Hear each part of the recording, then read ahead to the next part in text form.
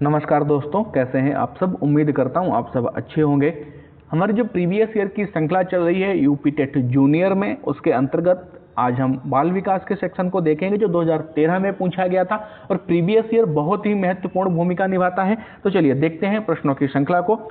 पहला प्रश्न आपकी स्क्रीन पे है, निम्न में से कौन सा लक्षण किसी मापक उपकरण के लिए सर्वाधिक वांछनीय है? विश्वसनीयता, वस्तुनिष्ठता, वैधता या मानक। तो विश्वसनीयता, वस्तुनिष्ठता और मानक ये अलग हो गई, लेकिन अगर कोई चीज़ वैध ही नहीं है, जिस काम को करने के लिए बनाई गई है उस चीज़ को ही नहीं करेगी तो वो बेकार हो जाएगी। तो सबसे इंपॉर्टेंट क्या हो जाएगा? वैधता। वैध होना चाहिए कि आपने लाइसेंस बनवा लिया, लेकिन अगर वैध लाइसेंस नहीं है तो आप गन नहीं रख पाएंगे। तो सबसे आंसर सही क्या हो जाएगा? वैधता हो जाएगा। चलिए अगले प्रश्न को देखेंगे। सी आंसर हमारा सही हो जाएगा। थ्रस्टन तथा लिकर्ट निम्न में से किसके मापन से संबंधित हैं? तो ये किसके मापन से संबंधित है? अभिवृत्ति। बी आंसर हमारा सही हो जाएगा। 1927 में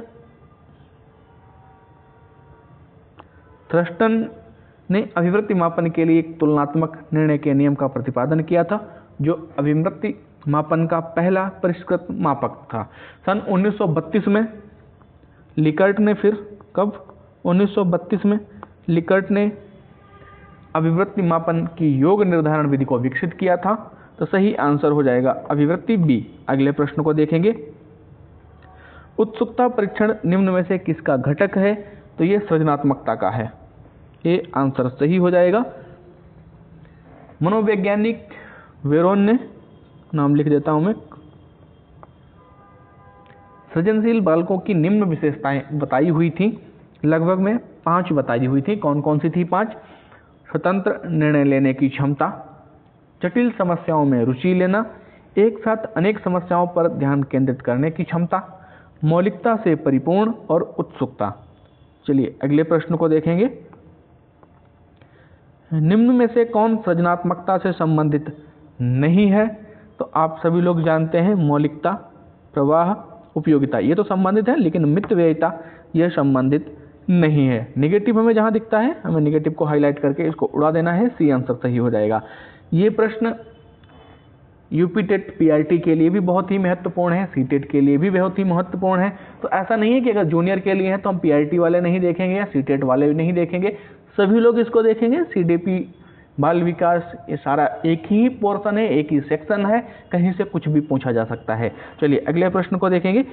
गेगने निम्न में से किससे संबंधित हैं? तो ये किससे संबंधित है भैया? अधिगम का श्रेणी क्रम इन्होंने किया हुआ था। ए आंसर सही हो जाएगा। इन्होंने क्या किया था? सबसे पहले संकेत अधिगम, उसके बाद उद्दीपक अनुक्रिया अधिगम, तीसरे नंबर पर श्रृंखला अधिगम, चौथे नंबर पर शाब्दिक अधिगम, 5वें नंबर पर बहुभेदन, नंबर 6 पर प्रत्यय, 7 पर सिद्धांत और अंत में समस्या समाधान लिखा हुआ था। गेगने द्वारा लिखित किताब है द कंडीशंस ऑफ लर्निंग में इन्होंने सीखने के मूल 8 प्रकारों का वर्णन किया हुआ है। अगले प्रश्न को देखेंगे। बुद्धिलब्ध के संबंध में क्या सत्य है? तो आपको सही बताना है। सही आंसर काल अनुक्रमिक आयु से व्युत्क्रमी संबंधित है। सी आंसर सही हो जाएगा। 16 पीएफ का प्रयोग किसके मापन हेतु किया जाता है? तो आप सभी लोग डीएलएड बीटीसी से ही इसको पढ़ते आ रहे होंगे।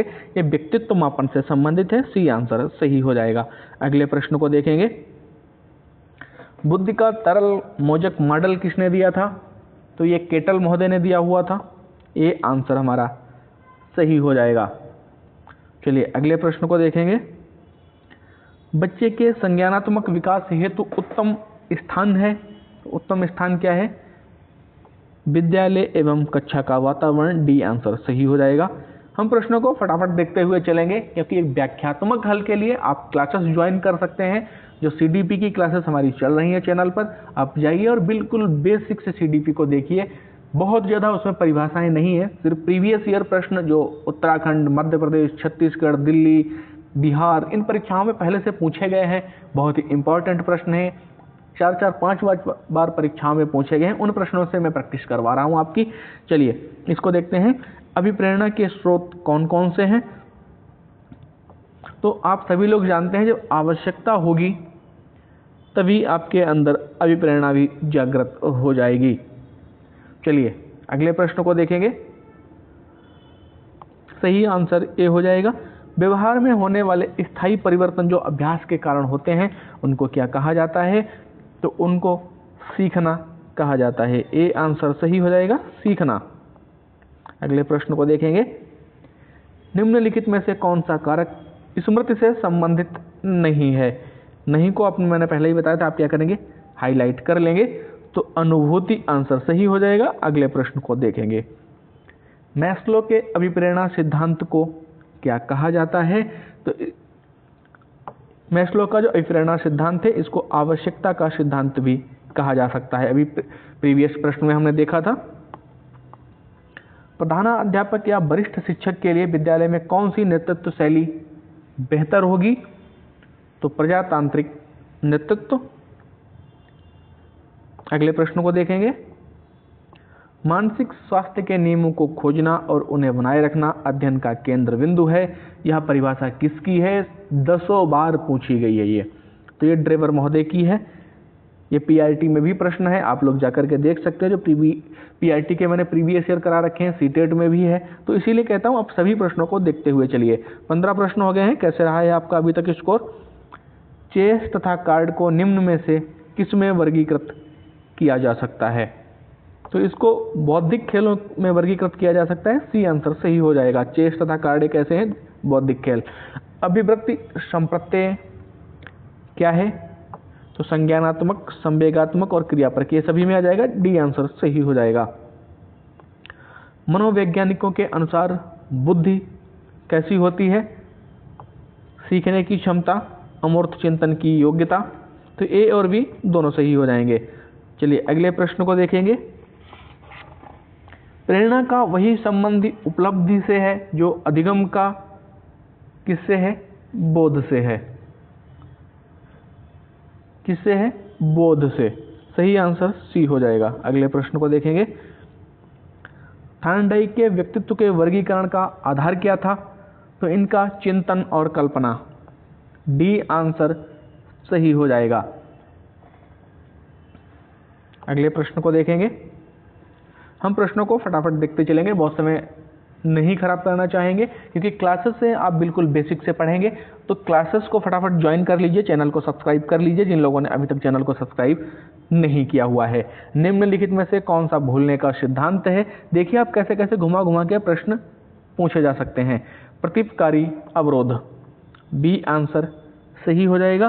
प्रतिपकारी अवरोध भूलने का सिद्धांत है जिसमें मौलिक रूप से सीखी गई कोई धारणा अन्य वस्तुओं विषय वस्तु पर लागू करने में त्रुटि का अनुभव किया जाता है। निम्नलिखित में से मानसिक विकार के लक्षणों को सभी दर्शाते हैं सिवाय एक के। तो एक कौन सा है? तो वो हो जाएगा संबंध के। संबंध का लेना देना नहीं है। ये भी हमने प्रीवियस ईयर में भी कर रखा है और डीएलएड में भी कर रखा है, आप सभी लोग जानते हैं बहुत अच्छी तरीके से। विकास के किस काल को अत्यधिक दबाव और तनाव का काल कहा गया है? तो स्टैनले हॉल की जो परिभाषा है आप सभी लोगों को बहुत अच्छे तरीके से याद होगी। किशोरावस्था संघर्ष, तनाव, तूफान एवं विरोध की अवस्था है। तो ये किसके लिए कहा गया है भैया? किशोरावस्था के लिए। ए आंसर सही हो जाएगा। अगले प्रश्न को देखते हैं। पावलोव ने सीखने के अनुबंधन प्रतिक्रिया सिद्धांत का प्रतिपादन किया था। किस पर प्रयोग करके ये सिद्धांत सिद्ध किया था? तो पावलोव ने अपना प्रयोग किस पे किया था? कुत्ते पर किया था। इसका पावलोव के सभी सिद्धांतों का मैंने एक सेपरेट वीडियो बना रखा है, आप लोग चैनल पर जाकर के उस सेपरेट वीडियो को देखिए। उसमें पावलोव का अलग से है, जीन पियाजे का अलग से है, थार्नडाइक का अलग से है। ये बहुत बार प्रश्न इन्हीं से पूछे जाते हैं। ये मनोवैज्ञानिक गिने चुने मनोवैज्ञानिक हैं जिनसे प्रश्न बार बार पूछे जाते हैं। तो मैंने सोचा क्यों ना एक बार में ही इनको विस्तृत देख लिया जाए जिससे आप लोगों के 5 से 10 नंबर कन्फर्म हो जाएं। सीखने के जो वक्र है ये कैसे क्या है? सीखने की प्रगति के सूचक होते हैं। ए आंसर सही हो जाएगा। अध्यापन के समय अध्यापक को निम्नलिखित में से किसका सर्वाधिक ध्यान रखना चाहिए? तो व्यक्तिक भिन्नता का सर्वाधिक ध्यान रखना चाहिए। सी आंसर सही हो जाएगा। कुर्ट लेविन के अनुसार समूह में जो परिवर्तन होते हैं उन्हें क्या कहा जाता है? तो उन्हें गतिशीलता कहते हैं। क्या कहते हैं? गतिशीलता कहते हैं। बी आंसर सही हो जाएगा। मानसिक स्वास्थ्य और में घनिष्ठ संबंध होता है। तो मानसिक स्वास्थ्य और किसमें घनिष्ठ संबंध होता है? समायोजन में। मानसिक स्वास्थ्य और समायोजन में घनिष्ठ संबंध होता है। डी आंसर सही हो जाएगा। निम्न में से कौन अधिगमकर्ता को अधिक स्वतंत्रता देता है? तो ये सृजनशीलतावादी। डी आंसर सही हो जाएगा। आज के प्रश्नों की श्रृंखला के अंतिम प्रश्न को देखेंगे। ये यूपीटेट जूनियर 2013 का पेपर था। इसके बाद हम अगले सेशन को देखेंगे, एसएसटी को देखेंगे क्या पूछा गया था, फिर हिंदी को देखेंगे। तो चलिए आप लोग बने रहिए। निम्नलिखित में से स्मरण करने की कौन सी विधि है? तो स्मरण करने की मिश्रित विधि और विचार सहचार विधि, ये दोनों ही विधियां हैं। तो सही आंसर सी हो जाएगा, ए और बी। आज के सेशन को यहीं समाप्त करेंगे। कल फिर मिलेंगे नए सवालों के साथ, नए कंटेंट के साथ। तब तक के लिए जय हिंद, जय भारत।